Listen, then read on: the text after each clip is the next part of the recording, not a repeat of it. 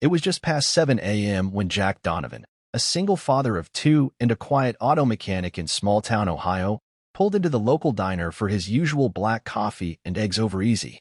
He had no idea that his life was about to change before the coffee even cooled.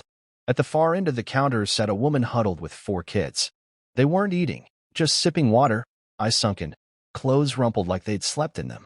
The smallest boy clutched a crumpled superhero backpack and stared at Jack like he was waiting for him to say something. The woman glanced up, embarrassed, and quickly looked away. Jack had seen hard times. After his wife passed from cancer 3 years ago, he'd nearly lost himself trying to raise his kids, Hannah and Luke, alone.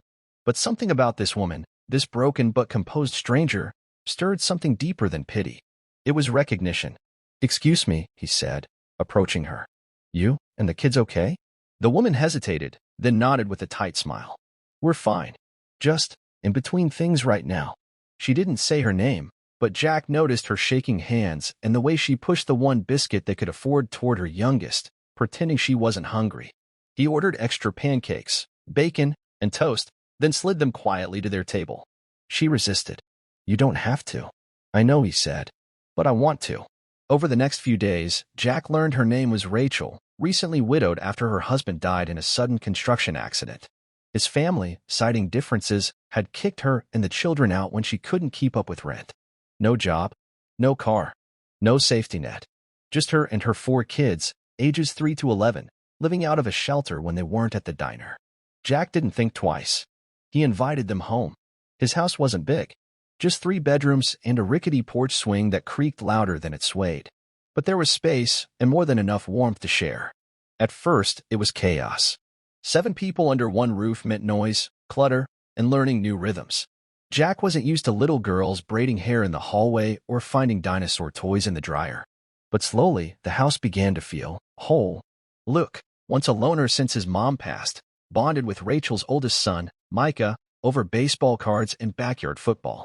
Hannah, shy and bookish, found a soul sister in Clara, who loved fantasy novels and stargazing just as much.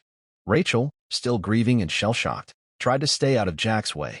She cooked when she could, cleaned constantly, and applied for every job in town. Jack never asked her for anything, never treated her like a burden.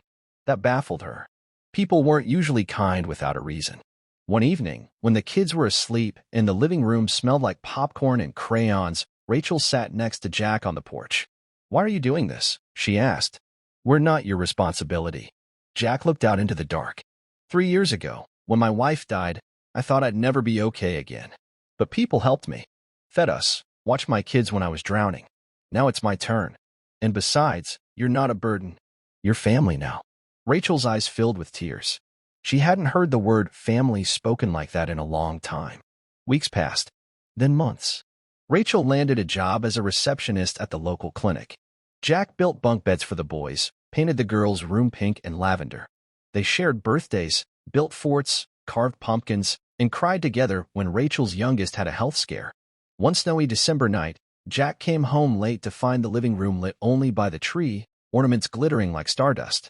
Rachel stood by the window, arms crossed, watching the snow. "I got promoted," she said softly. "Office manager." Jack grinned. "That's amazing, Rach." She turned to him, eyes bright. "I can afford our own place now." There was a pause, thick, strange, uncertain. "Do you want to?" he finally asked. Rachel stepped closer. "I thought I would. But now, I don't know where we end and you begin." Jack's heart stuttered. "Me neither." They never made a grand announcement. No big speeches or diamond rings. But one morning, as the kids scrambled for lunchboxes and shoes, Clara called Jack Dad by accident, and no one corrected her. From then on, that's just what he was. Years later, when asked how he came to raise 6 kids and marry the love of his life, Jack always said the same thing. "I thought I was saving them. Turns out, they saved me."